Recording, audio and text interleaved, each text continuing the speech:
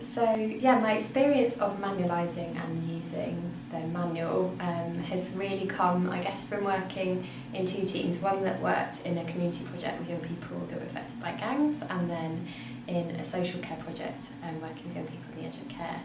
And I guess one of the things that was really helpful for us with the manual was the fact that we were a team of people who all had different professional backgrounds, and what we were trying really hard to do in our work was come up with a bit of a shared method for doing our work, because lots of people in the team came from different backgrounds, different professional trainings, and we all had our own ways of doing the work.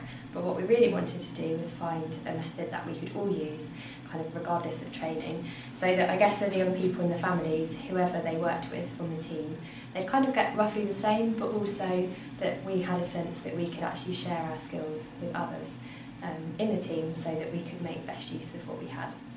So the way it worked was every week or every 2 weeks we had a slot just for half an hour on the end of one of our team meetings, and we'd keep a running list of topics that we thought it would be good to write about.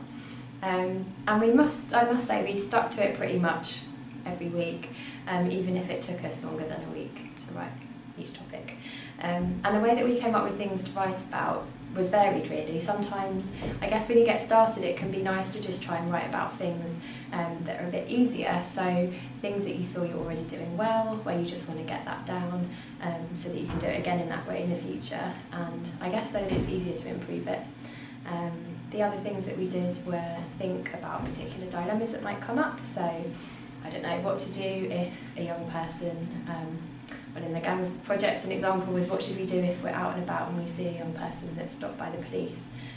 Should we get involved? What should we do? How should we work it?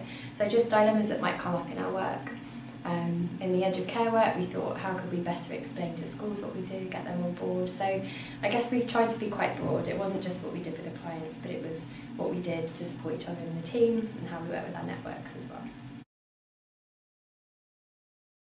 So in terms of how it helped overall, I guess it was always something that we quite enjoyed doing, because when we actually sat down to share ideas, I think we realised that we knew more than we thought we did about how to do the work, if that makes sense. So actually, through talking about it, through kind of saying, oh, okay, that's funny, I do it like that as well, or, oh, hang on, that's funny, I don't do it like that, why do you do it like that?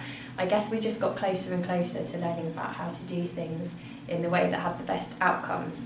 And that's always a work in progress. And we would quite often go back to pages and revisit them and look and think, oh, actually, we've forgotten about doing that, we need to pick that up again.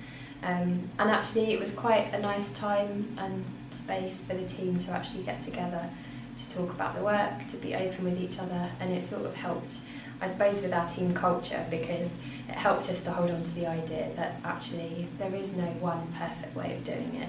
Everyone's got ideas. It's okay to not know what to do, but actually the stuff gets best worked out by sort of talking about it all together.